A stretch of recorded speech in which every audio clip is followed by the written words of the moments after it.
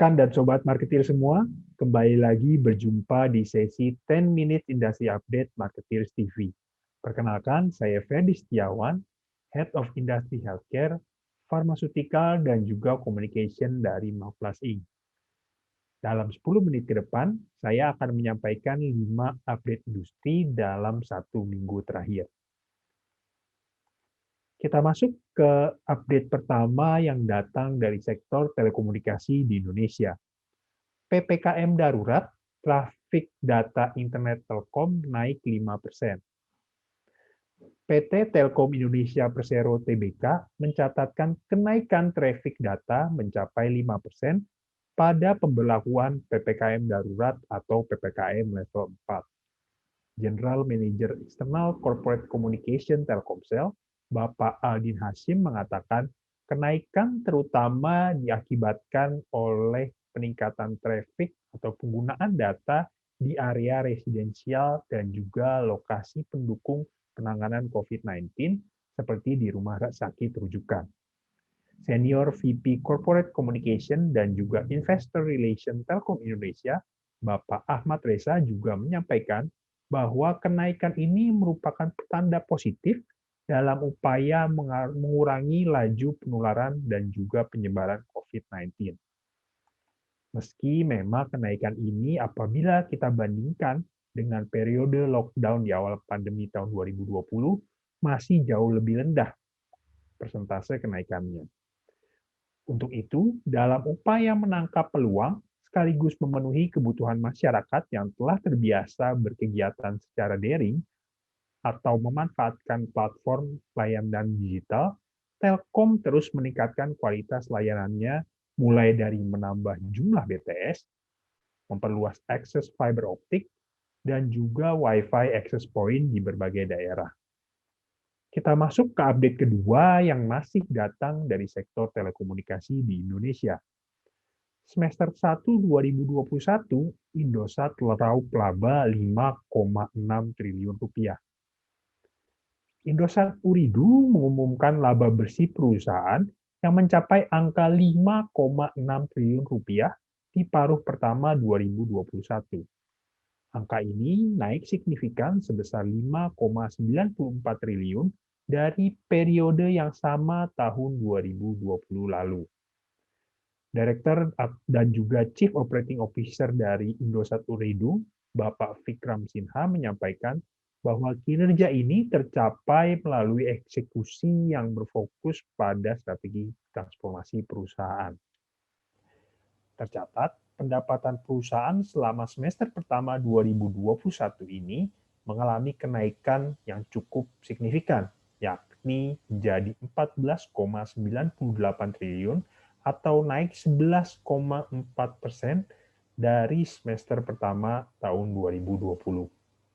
Apabila kita telisik lebih lanjut, hal ini dikontribusikan oleh pendapatan seluler perusahaan yang naik 11,3% menjadi 12,4 triliun rupiah. Selain itu, bisnis B2B perusahaan juga mengalami kenaikan yang cukup baik, yakni naik 16,5% menjadi 2,65 triliun rupiah. Direktur dan juga Chief Financial Officer dari Indosat Ooredoo, Bapak Eyas Asaf, mengatakan perusahaan juga mencatatkan peningkatan 5,3% jumlah pelanggan menjadi total 60,3 juta pelanggan di periode pertama tahun 2021. Sementara, pelanggan data 4G juga tumbuh sebesar 29,5% menjadi 40 juta pelanggan. Dan dari sisi pendapatan rata-rata pengguna atau ARPU juga dikabarkan meningkat sebesar 8,2% menjadi bernilai Rp34.000, didorong oleh pertumbuhan lalu lintas data yang naik sebesar 40,2% yang juga turut membantu memberikan pertumbuhan senilai 19% dalam pendapatan perusahaan akibat data 4G. Kita masuk ke update ketiga yang juga masih datang dari sektor telekomunikasi di Indonesia. SAH, XL Axiata akuisisi 66% saham Linknet. Excel Axiata Tbk dan juga Axiata Group Berhad resmi mengambil alih 6,03% saham PT First Media Tbk dan Asia Link Dewa yang ditempatkan dalam PT Linknet Tbk. Manajemen Excel dalam laporan keterbukaan informasi BI menyampaikan bahwa pengambil alihan ini dilakukan semata-mata untuk pengembangan usaha, memperluas jaringan usaha, serta memperkuat posisi bisnis Excel dan juga Axiata di bidang penyelenggaraan jasa telekomunikasi. Group Head Corporate Communication Excel Axiata, Ibu Tri Wahyuningsih mengungkapkan Excel Axiata dan juga Axiata Group telah menandatangani kesepakatan tidak mengikat dengan pemegang saham mayoritas Linknet untuk melakukan akuisisi atas 66,03% saham Linknet. Apabila semua berjalan lancar, 1 bulan berikutnya akan disepakati Sales and Purchase Agreement atau SPA antara keduanya. Kita masuk ke update keempat yang datang dari sektor farmasi di Indonesia.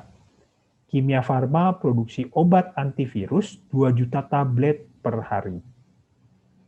Wakil Ketua DPR Bapak Sufmi Dasko Ahmad mengungkapkan kabar gembira saat melakukan inspeksi mendadak ke pabrik obat Kimia Farma di Bandung, Jawa Barat. Ia menyampaikan bahwa PT Kimia Farma telah meningkatkan kapasitas produksinya untuk obat antivirus COVID-19 yaitu Favipiravir sebanyak 2 juta tablet per hari. Pak Dasko mengatakan ke depan akan ada pula sejumlah pabrik obat lain untuk membantu produksi obat antivirus COVID-19.